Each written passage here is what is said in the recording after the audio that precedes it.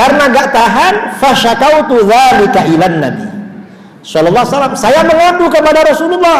Rasulullah, ini gimana ini? Gatal seluruh badan, gak tahan. Tolong Rasulullah. Fa amarani an atajarrad. Rasulullah menyuruh aku lepas pakaian, lepas baju. Fajalastu baina yadayhi, aku duduk di hadapan beliau. Aku buka baju-bajuku kecuali yang menutup auratku, yang menutup kemaluan.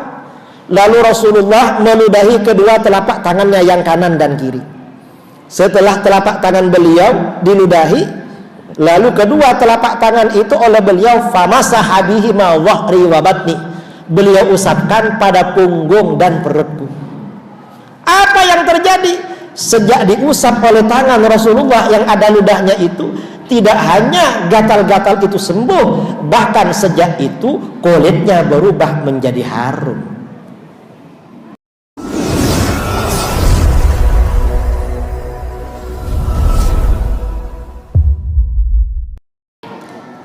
Nah, ini Rasulullah seperti itu memang. Para nabi ini manusia sempurna, gak sama dengan manusia biasa. Karenanya Rasulullah SAW itu, kalau Rasulullah itu posturnya kalau berdiri itu rabaah standar. Posturnya itu standar, tidak tinggi, tidak pendek. Karena kalau tinggi ya dicela sama orang, apalagi pendek. Tapi kalau standar itu ya bagus. Tapi kalau ada orang tinggi berdiri bersama Rasulullah, Rasulullah sedikit lebih tinggi, kelihatan sedikit lebih tinggi. Mengapa? Dijaga oleh Allah, gak boleh kalah sama orang lain, gak boleh kalah loh. Itu para nabi, karena memang sempurna. Itu kesempurnaan secara fisik. Makanya di dalam kitab-kitab tauhid ada yang namanya sifat jaiz bagi para nabi. Sifat jaiz. Apa sifat jaiz itu? Sifat jaiz itu al-a'radul basyariyah allati la tuaddi ila naqshin fi maratibihim al-aliyah. Sifat-sifat kemanusiaan boleh terjadi bagi para nabi selama tidak menurunkan derajat mereka yang luhur. Manusia biasa sakit, para nabi juga mengalami asalkan sakitnya gak menurunkan derajat. Kalau sakitnya menurunkan derajat, gak boleh terjadi.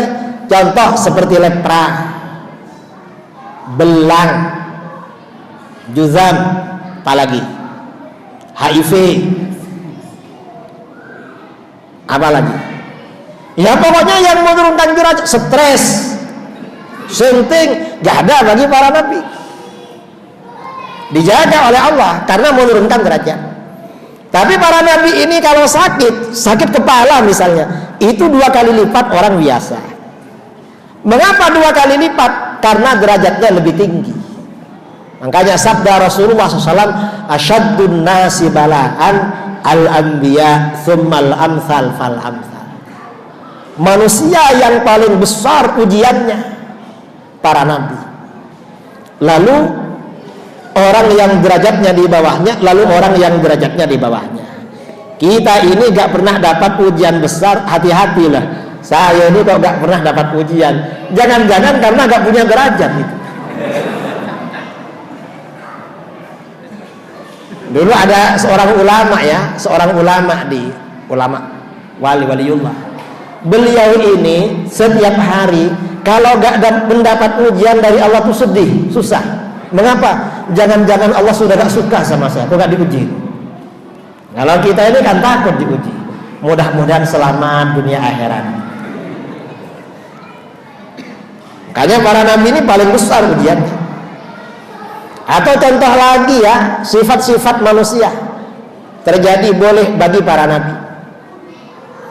Manusia ini kalau banyak aktivitas lelah, betul? Kalau sudah lelah perlu istirahat. Para nabi juga istirahat, para nabi juga tidur, kita tidur, tapi beda tidurnya. Bedanya apa? Kalau kita ini jangankan tidur, baru ngantuk aja sudah lupa segala-galanya. Bukan cuma lupa daratan, lautan lupa juga. Sudah lupa. Saya pernah ya pengajian, saya ceramah gini, ada beberapa orang mengangguk-angguk terus gini. Wah, berarti ceramah saya ini mantap sekali. Nggak taunya orangnya tidur.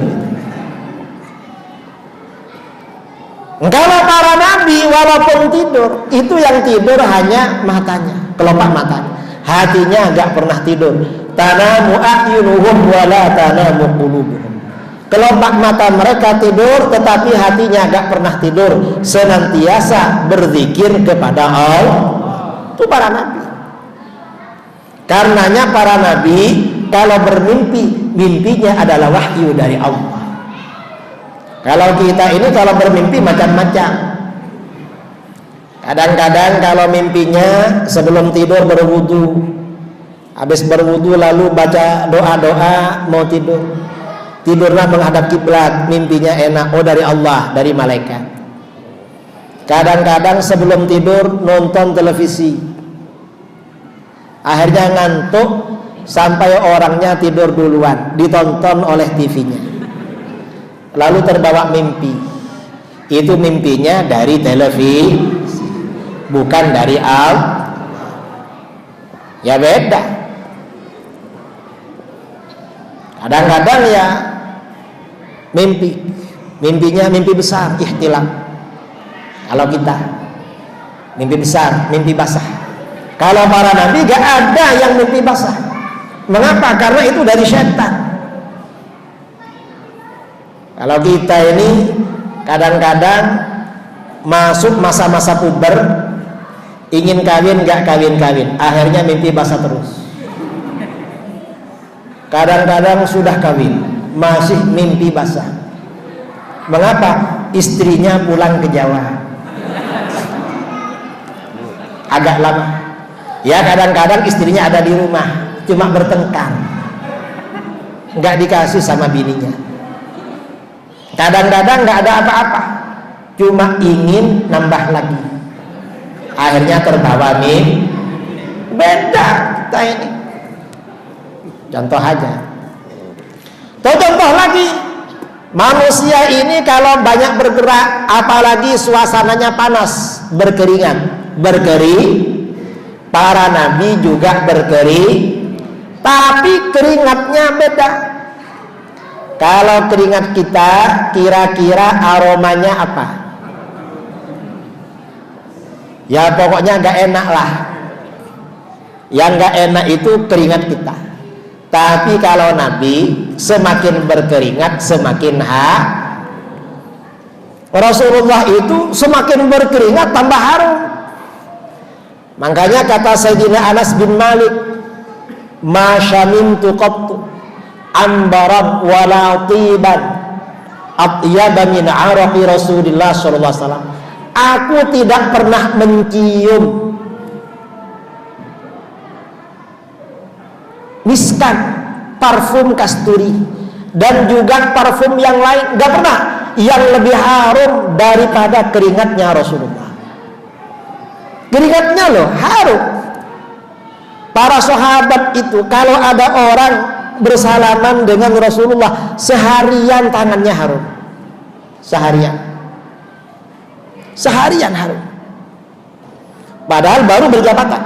Kalau Rasulullah melewati suatu tempat, Rasulullah sudah pergi, orang-orang tahu loh Rasulullah tadi lewat sini, mengapa harumnya masih ada? Itu Rasulullah.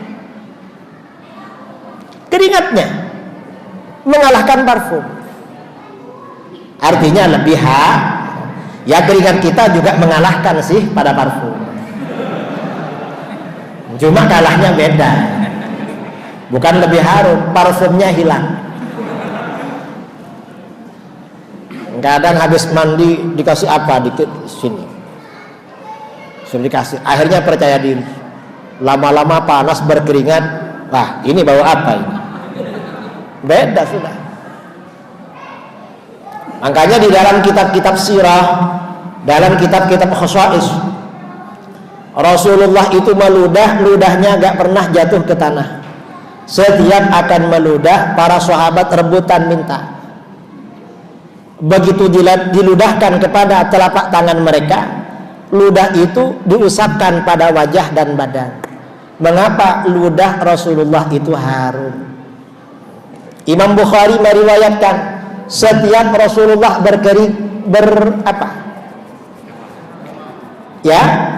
Rasulullah mengeluarkan dahak. Dahaknya gak pernah jatuh ke tanah. Mengapa? Setiap akan berdahak, sahabatnya rebutan. Rasulullah minta. Dahaknya itu piala. Dahak itu diludahkan pada telapak tangan, diusapkan pada wajah dan badan. Mengapa dahak Rasulullah itu harum? Dahaknya loh harum. Ada sahabat namanya Utbah bin Farqad. Istrinya cerita, Ummu Asim namanya. Utbah ini istrinya 4. Kata istrinya, kita ini kalau giliran tidur bersama suami pakai parfum yang full. Mengapa? Takut kalah harum dengan suami. Terus dan selalu kalah harum. Padahal parfum sudah full. Kalau Utbah ini kumpul sama kawan-kawannya, dia selalu paling harum. Lama-lama ditanya, kamu ini kenapa harum? Kata beliau, ashabani syarr ala ahdin Nabi sallallahu alaihi wasallam. Saya ini pernah terkena biduran pada masa Nabi SAW. Kena biduran. Biduran itu gatal alergi. Kalau dipegang menjalar ke seluruh badan. Obatnya biasanya minum air kelapa muda, sembuh. Karena gak tahan, fasyakautu dzalika ilan Nabi sallallahu alaihi wasallam. Saya mengadu kepada Rasulullah. Rasulullah ini gimana ini? Gatal seluruh badan, gak tahan. Tolong Rasulullah. Fa'amarani an atajarrad. Rasulullah menyuruh aku lepas pakaian, lepas baju. Fajalastu baina yadayhi. Aku duduk di hadapan beliau. Aku buka baju-bajuku kecuali yang menutup auratku, yang menutup kemaluan. Lalu Rasulullah meludahi kedua telapak tangannya yang kanan dan kiri. Setelah telapak tangan beliau diludahi, lalu kedua telapak tangan itu oleh beliau famasaha bihi ma dhahri wa batni. Beliau usapkan pada punggung dan perutku. Apa yang terjadi? Sejak diusap oleh tangan Rasulullah yang ada ludahnya itu, tidak hanya gatal-gatal itu sembuh, bahkan sejak itu kulitnya berubah menjadi harum. Gara-gara ludah Rasulullah beda. Kalau ludah kita jangan dicoba. Apalagi orangnya rokokan. Ada yang rokokan. Habis rokokan makan petai campur bawang, lalu tidur. Kira-kira bagaimana? Campur aduk rasanya itu. Artinya apa? Nabi itu gak sama dengan manusia biasa, gak sama. Memang para nabi ini pilihan Allah. Kalau pilihan Allah gak bakalan ya, kalau kita yang milih ya keliru terus. Betul? Keliru terus apa enggak? Selalu keliru, karena gak ada pilihan lagi.